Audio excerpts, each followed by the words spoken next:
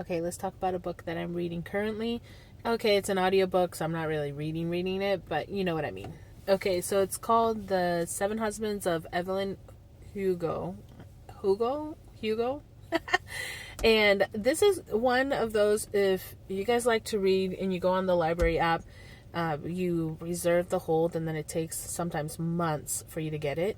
So this took months, and in fact I forgot about it, and then it came into my Libby app and I was super excited about it. I didn't know anything about this book, but I knew that I had to read it because it was on my books to read. A lot of people were recommending it.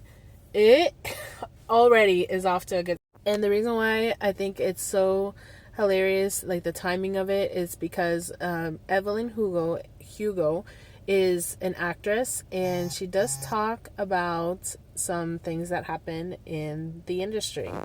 My brother is an actor, and he was in LA for several years. He's not in LA anymore, but he's still acting.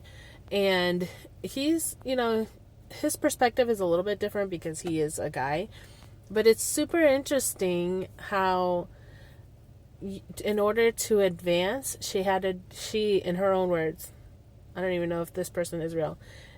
She had to do a couple of things, and there's also another piece to that where, in order to gain favor from the public, she put out a story, and it wasn't a real story, but it was to help manipulate the way that people saw her and her husband at that time. So really interesting, especially with all the Blake Lively and Ryan Reynolds stuff. How often this has happened, because right before everything happened with Blake Lively, I was actually, literally the week before, I was like, man, I really like Blake Lively. She's really cool, and I kind of like her. And I'm not a Gossip Girl person. I saw the Sisterhood of Traveling Pants. That's where I knew her from.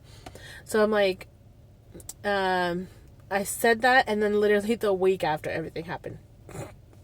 So the timing is just hilarious on this, and I can't wait to talk more about this book and what happens in the industry.